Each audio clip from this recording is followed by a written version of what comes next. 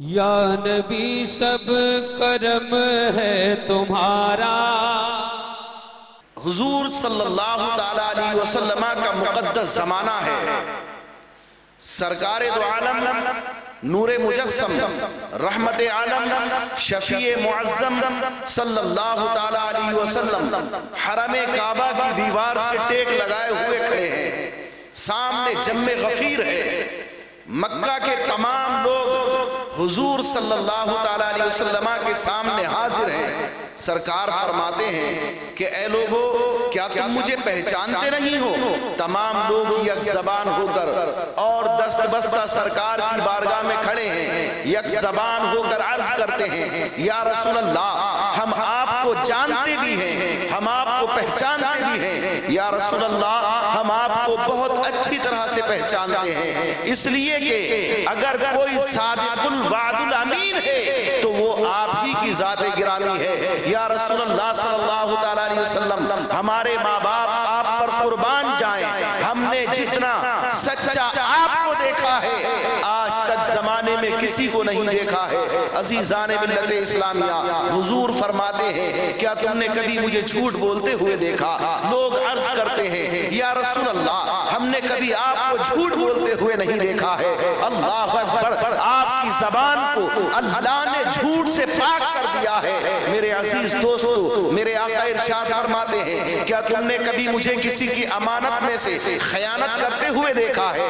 تمام لوگ حاضر خدمت ہیں اور عرض کرتے ہیں یا رسول اللہ، ہم نے کبھی آپ کو کسی کی امانت سے خیانت کرتے ہوئے نہیں دیکھا۔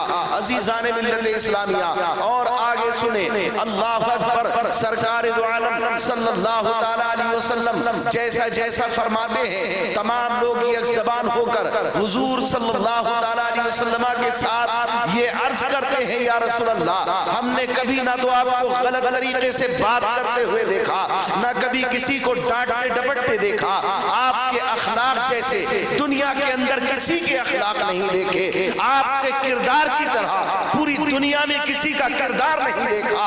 اللہ اکبر، یا رسول اللہ، ہم نے آپ سے زیادہ سچا ابھی تک پوری دنیا کے اندر کسی کو دیکھا ہی نہیں ہے۔ یا رسول اللہ، آپ کو اللہ نے ہر عیب سے پاک کر دیا ہے، ہر عیب سے پاک رکھا ہے۔ یا رسول اللہ، ہم نے آج تک آپ کے اندر کسی بھی قسم کی کوئی ایسی بات نہیں دیکھی ہے کہ جو خلاف شرع ہو یا جس بات کا اعتراض کیا جائے۔ عزیزان ملت اسلامیہ، غور کریں، اسی مجمع کے اندر بڑے بڑے کافر بھی موجود ہیں جن کو لوگ آج بھی اور قیامت تک ابو جہل کے نام سے پہچانے جائیں گے۔ وہ لوگ، اللہ اکبر، جن کو لوگ ابو جہل کے نام سے جانتے ہیں، وہ ابو جہل بھی اس مجمع میں موجود ہے، ابو لہب بھی موجود ہے، عتبہ شیبہ بھی موجود ہے، امیہ بھی موجود ہے۔ یہ تمام کافر ہیں جو اس مجمع میں موجود ہیں، اور وہ سب کے سب یہ دیکھ رہے ہیں کہ اگر سرکار دو عالم صلی اللہ تعالیٰ علیہ وسلم کی اسی طریقے سے امانت اور صداقت کا پرچار کر دیا گیا، اگر سرکار دو عالم صلی اللہ تعالیٰ علیہ وسلم کی صداقت کو لوگوں نے تسلیم کر لیا، تو ابو جہل تجھے یہاں مکے میں چودھری ماننے والا کون ہوگا؟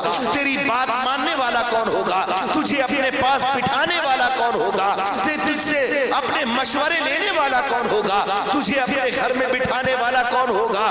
تجھے کوئی پوچھنے والا نہ ہوگا، تجھ سے کوئی مشورہ لینے والا نہ ہوگا، تجھے کوئی اپنے پاس بٹھانے والا نہ ہوگا۔ لہٰذا اس مجمع کو ابھی منتشر کرنا پڑے گا، اس مجمع کو ابھی یہاں سے بھگانا پڑے گا، اس مجمع کو ہٹانا پڑے گا، اس لیے کہ اگر یہ مجمع اسی طریقے سے جمع رہا تو اے ابو جہل، کچھ دیر بیتنے والی ہے، کچھ ہی دیر کے بعد ابھی تجھ پر جوتے پڑنا شروع ہو جائیں گے۔ لہٰذا یا تو اپنے آپ کو بچا لے اور یا پھر اس مجمع کو بھگا دے۔ اللہ اکبر، تو اس کو کچھ سوجا نہیں، اس کے دماغ میں کوئی دوسری بات آئی نہیں، اس کو نیچے پڑا ہوا ایک نوکیلا جو نوکدار پتھر ہے، وہ پتھر پر نظر پڑتی ہے، پتھر دکھائی دکھائی دیتا ہے فوراً جھپٹ کر اس پتھر کو اٹھاتا ہے اور پتھر کو اٹھانے کے بعد اس کو غور سے دیکھتا ہے. اس پتھر کے اندر وزن بھی ہے, اس پتھر کے اندر نوک بھی ہے. یہ پتھر اگر یہاں سے مارا جائے, یہ پتھر اگر یہاں سے پھینکا جائے, یہ پتھر اگر یہاں سے اچھالا جائے اور کسی پر حملہ کرنا ہو, کسی پر نشانہ سادھنا ہو, تو یہ پتھر اس کے اندر پیوست ہو سکتا ہے. اللہ اکبر. اب اس پتھر کو مارے گا کون, یہ بھی ایک بڑا مسئلہ تھا. اس لیے کہ ابو جہل کوئی نشانے باز تو تھا نہیں. اس کو معلوم تھا اگر میں نے یہ پتھر پھینکا تو میرا نشانہ چوک جائے گا, تو کسی نشانے باز کو ڈھونڈا جائے, کسی نشانے باز کو دیکھا جائے. دور دور تک اپنی نگاہوں کو دوڑاتا رہا. اللہ اکبر. ایک جگہ پر جا کر نگاہ ٹھہر جاتی ہے. ابو جہل کی نگاہ ایک نشانے باز پر پڑتی ہے. اللہ اکبر. اور جیسے ہی نشانے باز پر نگاہ پڑی, اس نے سوچا کہ یہ نشانے باز ہے, اس کا بڑا نام سنا گیا ہے, اس کا نشانہ کبھی خطا نہیں ہوتا ہے, کیوں نہ اس کو قریب بلایا جائے. دوڑتا ہوا اس نشانے باز کے پاس پہنچ جاتا ہے اور پہنچ کر کہتا ہے میں نے سنا ہے کہ تم نشانے کے بڑے ماہر ہو, تمہارا نشانہ کبھی چوکتا نہیں ہے, تمہارا نشانہ کبھی ضائع نہیں جاتا, تمہارا نشانہ کبھی خطا نہیں ہوتا ہے, کیا یہ میں نے صحیح سنا ہے؟ تو نشانے باز کہتا ہے ہاں ہاں تم نے بالکل صحیح سنا ہے, میں واقعی نشانے باز ہوں اور میں جس جگہ نشانہ لگانا چاہتا ہوں میرا نشانہ ٹھیک اسی جگہ پر جا کر لگ جاتا ہے. لہذا تم بتاؤ تمہیں میری کیا ضرورت پڑ گئی, مجھ سے کون سا کام آ پڑا ہے؟ تو ابو جہل کہنے لگتا ہے کہ یہ میرے ہاتھ میں جو پتھر ہے جو تو دیکھ رہا ہے. اس نے کہا ہاں ہاں میں دیکھ رہا ہوں. تو کہا اس پتھر کو اپنے ہاتھ سے تجھے نشانہ ساتھ کر, نشانہ جانچ کر مصطفیٰ جان رحمت کی پیشانی پر مارنا ہے. اللہ اکبر. حضرات گرامی غور کریں, ابو جہل کے ان جملوں کو اس نشانے باز نے سن کر کہا کہ یہ کام تو میں نہیں کر سکتا ہوں, میں کیوں نشانہ ماروں گا بلا وجہ؟ تو کہا بلا وجہ نہیں, تجھے اس کے بدلے میں انعام دیا جائے گا, تو جتنا انعام مانگے گا میں تجھے انعام دینے کے لیے تیار ہوں, تجھے منہ مانگی رقم دی جائے گی, بول تجھے کیا چاہیے. اللہ اکبر. نشانے باز کے دل میں لالچ پیدا ہونے لگتا ہے, اور لالچ پیدا جیسے ہی ذہن کے اندر دل و دماغ میں لالچ آتا ہے فوراً کہنے لگتا ہے ٹھیک ہے اگر ایسی بات ہے تو میں اس کو نشانہ بنانے کے لیے تیار ہوں, میں اس پتھر کو مارنے کے لیے تیار ہوں. اللہ اکبر. اس نے فوراً پتھر ہاتھ میں لیا. ابو جہل نے کہا خبردار سن لے, اگر یہ پتھر کا نشانہ چوک گیا ہے, اگر حضور کی پیشانی میں یہ پتھر نہ لگا اور کسی وجہ سے تیرا نشانہ خطا ہو گیا, تو جس ہاتھ سے تو یہ پتھر پھینکے گا یہ ہاتھ تیرا توڑوا دیا جائے گا, یہ ہاتھ تیرے جسم سے علیحدہ کرا دیا جائے گا, یہ ہاتھ تیرا کٹوا دیا جائے گا. اللہ اکبر. تو اس نشانے باز نے کہا مجھے منظور ہے لیکن تم بھی منظور کرو, اگر نشانہ لگ گیا ہے تو پھر جو مانگوں گا وہ دوگے. تو کہا ہاں ہاں جو تو مانگے گا میں تجھے دینے کے لیے تیار ہوں. عزیزان ملت اسلامیہ, نشانے باز نے اپنے ہاتھ میں پتھر لیا اور پوری پھرتی کے ساتھ, پوری چستی کے ساتھ, پوری طاقت کے ساتھ اللہ اکبر مصطفیٰ کریم کی طرف اس پتھر کو پھینکا گیا. اللہ اکبر. جیسے ہی پتھر کو اچھالا جاتا ہے یہ پتھر میرے آقا کی پیشانی میں جا کر لگ جاتا ہے. آدھا پتھر مصطفیٰ جان رحمت کی پیشانی کے اندر ہے اور آدھا پتھر باہر ہے. سرکار دو عالم صلی اللہ تعالیٰ علیہ وسلم کی پیشانی میں جیسے یہ پتھر آ کر لگتا ہے, سرکار ایک آہ بھر کر اپنے دونوں ہاتھوں میں اپنے سر اقدس کو تھامتے ہیں اور حرم کعبہ کی دیوار سے آپ ٹیک لگائے ہوئے تو کھڑے ہی تھے, اس کے سہارے سہارے بیٹھ جاتے ہیں. لوگوں نے دیکھا کہ جیسے ہی پتھر مصطفیٰ جان رحمت کی پیشانی میں لگتا ہے اللہ اکبر سرکار دو عالم کی پیشانی سے خون کا فوارہ جاری ہو جاتا ہے. سرکار دو عالم صلی اللہ تعالیٰ علیہ وسلم لہو لہان ہو جاتے ہیں, آپ کا مقدس چہرہ خون سے آلود ہو جاتا ہے. اللہ اکبر. آپ کی داڑھی مبارک کو یہ خون رنگتا ہوا آپ کی قمیص پر پڑتا ہے اور پھر اس کے بعد آپ کی نالین مقدس میں یہ خون جا کر بھرنے لگتا ہے. عزیزان ملت اسلامیہ, غور کرنے کا مقام ہے. لوگوں نے جب دیکھا کہ کہ سرکار کے جسم اقدس پر خون بہ رہا ہے، سرکار کی پیشانی سے خون کا فوارہ جاری ہو گیا ہے، تو لوگ وہاں سے بھاگنا شروع کر دیتے ہیں، کوئی گھر کی طرف، کوئی مکان کی طرف، کوئی دکان کی طرف، کوئی کھیت کی طرف، کوئی کھلیان کی طرف، جس کو جگہ جہاں پناہ ملتی ہے، جس کو جہاں پناہ ملتی ہے وہ وہاں کے لیے روانہ ہو جاتا ہے۔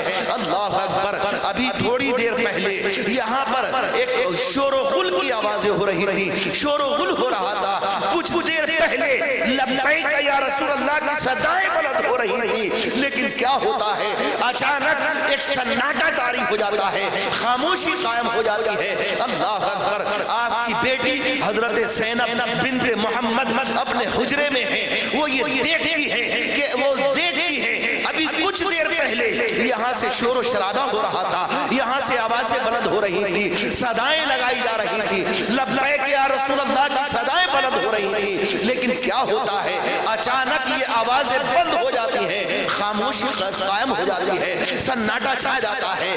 آپ باہر نکل کر دیکھتی ہیں، اللہ اکبر! دور دور تک نگاہ ڈالتی ہے، کوئی نظر نہیں آتا۔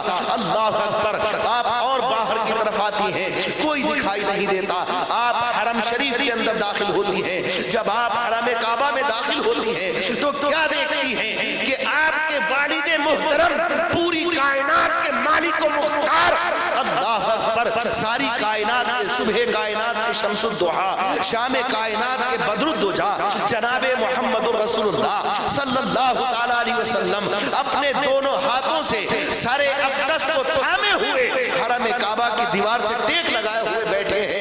اللہ اکبر! آپ کی بیٹی زینب بنت محمد نے جب یہ منظر اپنی آنکھوں سے دیکھا تو برداشت نہ کر سکی اور قریب پہنچتی ہے اور عرض کرتی ہے، بابا جان یہ کیا ہو گیا ہے؟ یہ خون کیسے نکل رہا ہے؟ یہ آپ کو لہو لہان کس نے کیا ہے؟ یہ تکلیف کس نے پہنچائی ہے؟ آپ کو یہ چوٹ کس نے پہنچائی ہے؟ اللہ کے رسول ارشاد فرماتے ہیں، بیٹی پانی لے کر آؤ۔ آپ فوراً اپنے حجرے میں جاتی ہیں، وہاں سے پانی لے کر آتی ہے۔ اللہ اکبر! اور سرکار کی بارگاہ میں پانی کو پیش کیا جاتا ہے۔ اللہ کے رسول کی بارگاہ میں پانی آیا، میرے آقا نے اس پانی کو اپنے ہاتھوں میں لے کر اور جیسے ہی منہ کو لگانا چاہا، ماتھے سے بہنے والا خون اللہ اکبر اس پانی کے اندر گر جاتا ہے۔ اب اس پانی میں جب خون سرکار دو عالم صلی اللہ تعالیٰ علیہ وسلم کا مقدس خون گرتا ہے، سرکار اس پانی کو واپس کر دیتے ہیں۔ آپ کی بیٹی حضرت زینب بنت محمد اپنے ہاتھوں میں پانی کو لیتی ہے اور اس کے بعد اپنے آنچل کو اتار کر اس پانی میں ڈبوتی ہے، پانی میں بھگوتی ہے اور سرکار دو عالم کے چہرے کو صاف کرنے لگتی ہے۔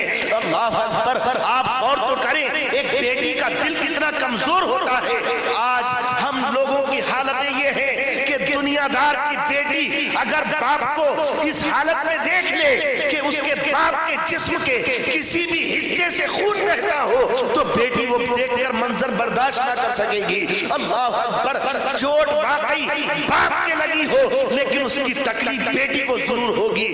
عزیزان ملت اسلامیہ، اور بیٹیوں کا دل اللہ نے کس قدر نرم بنایا ہے، بیٹیوں کا دل کتنا کمزور ہوتا ہے۔ آج اگر 1000 کلومیٹر کی دوری پر ایک بیٹی یہ سن لے کہ میرے باپ کی طبیعت خراب ہے، رات کی کالی اندھیری چھائی ہوئی ہو، رات کا سناٹا ہو، کالی رات ہو، بھلے ہی سواری کا کوئی راستہ نہ ہو، آنے جانے کا کوئی بندوبست نہ ہو، اس کے باوجود بھی اپنے شوہر کو اٹھا کر بے چین اور بے قراری کے عالم میں کہے گی، اے میرے سرتاج، اے میرے شوہر نامدار، میں نے سنا ہے میرے باپ کی طبیعت بہت خراب ہے، لہٰذا مجھے باپ کو دیکھنے کے لیے جانا ہے، چاہے کچھ بھی کرنا پڑے، چاہے کچھ بھی کرنا پڑے، مجھے فوراً میرے باپ تک لے جاؤ۔ عزیزان ملت اسلامیہ، ادھر باپ کی طبیعت خراب ہونے کی خبر پہنچی ہے، ادھر بیٹی کی طبیعت خراب ہونا شروع ہو جاتی ہے۔ اللہ اکبر! اس وقت ایسا لگتا ہوگا بیٹی کو کہ شاید اس کے جسم میں خون کا ایک قطرہ بھی باقی نہ بچا ہو۔ اللہ اکبر! اور بیٹی ہمیشہ یہ چاہتی ہے کہ باپ کی زندگی، اگر باپ کی زندگی زندگی کسی صورت سے بچتی ہو تو میرے جسم کے جس حصے کی ضرورت پڑے گی میں اپنے باپ کو پیش کرنے کے لیے تیار ہوں۔ عزیزان ملت اسلامیہ، غور تو کریں کہ جب ایک دنیا دار کی بیٹی کا یہ عالم ہے تو پوری کائنات کے مالک و مختار کی بیٹی ہو کر حضرت زینب اپنی آنکھوں سے دیکھ رہی ہے کہ سرکار لہو لہان ہے۔ اللہ اکبر، آپ کا پورا چہرہ مقدس خون سے آلود ہو رکھا ہے، آپ کے جسم اقدس پر، آپ کے لباس اطہر پر خون نمودار ہو رہا ہے۔ آپ کی بیٹی نے دیکھ کر کیسے برداشت کیا ہوگا؟ اور اس کے بعد عرض کرتی ہے ابا جان یہ سب کیسے ہوا؟ ابھی کچھ دیر پہلے آپ کے سامنے ایک بھیڑ قائم تھی، ایک بھیڑ کھڑی ہوئی تھی، اور وہ بھیڑ تمام کے تمام لوگ آپ کے ساتھ ساتھ یک زبان ہو کر کہہ رہے تھے لبیک یا رسول اللہ، یا رسول اللہ ہم حاضر ہیں، یا رسول اللہ ہم حاضر ہیں، اور یہ بھی کہہ رہے تھے ہمارے ماں باپ آپ پر قربان جائیں۔ لیکن کیا ہوا ہے اے ابا جان، آپ کو یہ تکلیف کیسے ہوئی؟ یہ درد کس نے دیا؟ یہ چوٹ کس نے پہنچائی؟ عزیزان ملت اسلامیہ، میرے آقا ارشاد فرماتے ہیں بیٹی یہ سب تو ہوتا رہتا ہے، کوئی بات نہیں، اس کی فکر نہ کرو، لیکن ایک بیٹی کیسے برداشت کرے گی؟ کہا بابا جان میں نے آج تک آپ سے کچھ مانگا نہیں ہے، اور آپ کا در وہ در اقدس ہے کہ جہاں سے خیر بھی خالی ہاتھ لوٹ کر نہیں جاتے ہیں۔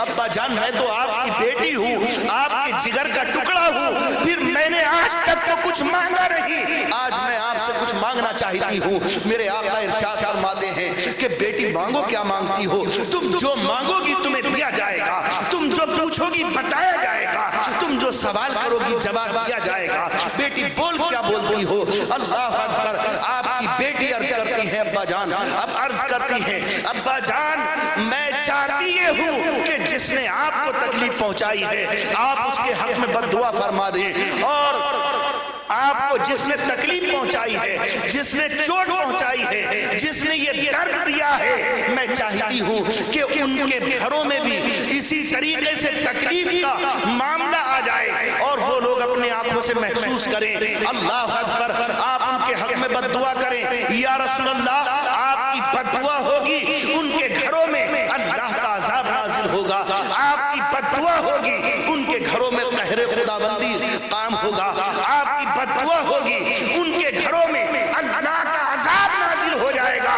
یا رسول اللہ آپ بد دعا کریں، میں چاہتی ہوں کہ ان کی عورتیں بیوہ ہو جائیں، ان کے بچے یتیم ہو جائیں، ان کے گھروں میں اللہ کا قہر نازل ہو جائے۔ یا ابا جان آپ بد دعا فرمائیں ان کے لیے۔ اللہ کے رسول نے ارشاد فرمایا بیٹی میں بھی اپنے ہاتھوں کو اٹھاتا ہوں اور تم بھی اپنے ہاتھوں کو اٹھاؤ، ٹھیک ہے تم جو کہتی ہو وہی ہوگا، لیکن شرط یہ ہے کہ میں جو کہوں گا اس پر تمہیں آمین کہنا ہوگا۔ آپ کی بیٹی زینب عرض کرتی ہیں ابا جان ٹھیک ہے آپ جو کہو گے میں اس پر آمین ضرور بولوں گی۔ اب حضرت زینب بنت محمد نے اپنے ہاتھ فضا میں لہرائے، آنچل میں اپنے ہاتھوں کو چھپایا اور فضا میں لہرا دیا، اور دلی دل میں یہ خواہش کر کے یہ تمنا کر کے آپ اپنے دل کے اندر یہ تصور کر کے خوش ہونے لگی کہ آج میرے والد محترم کی بد دعا ہوگی، میرے والد محترم اپنی زبان اقدس سے بد دعا کریں گے اور مکہ کے کافروں کے گھروں میں اللہ کا عذاب نازل ہوگا۔ عزیزان ملت اسلامیہ، اپنے باپ کی اس تکلیف کو میں اپنی آنکھوں سے دیکھ کر اپنے دل سے محسوس کر رہی ہوں، وہی تکلیف آج مکہ کے وہ لوگ بھی کریں گے جنہوں نے یہ تکلیف پہنچائی ہے۔ عزیزان ملت اسلامیہ، اپنے ہاتھوں کو دراز کر کے بارگاہ رب العالمین میں اٹھایا، اور اٹھانے کے بعد اب سرکار دو عالم کی بارگاہ میں عرض کرتی ہیں کہ یا رسول اللہ اب دعا بد دعا فرمائیں۔ اللہ کے رسول نے ارشاد فرمایا بیٹی ٹھیک ہے تم آمین کہتی رہنا، اور اللہ کے رسول صلی اللہ علیہ وسلم کی زبان اقدس پر یہ جملے جاری ہوتے ہیں، اے پروردگار عالم یہ مکہ کے لوگ ہیں، یہ ابھی مجھے پہچانتے نہیں ہیں، اے پروردگار عالم تو ان کو ہدایت عطا فرما، ان کو عقل سلیم عطا فرما، اے پروردگار ان کو وہ عقل عطا فرما جس سے یہ تیرے محبوب کو پہچان سکے۔ ابھی یہ تیرے حبیب کو جانتے نہیں ہیں اس لیے تکلیف پہنچا رہے ہیں، جس دن یہ تیرے محبوب کو پہچان لیں گے اس دن تکلیف نہیں، تیرے حبیب کی راہ میں کانٹوں کے بجائے پھول ڈالیں گے، پھول پہ پیش کریں گے.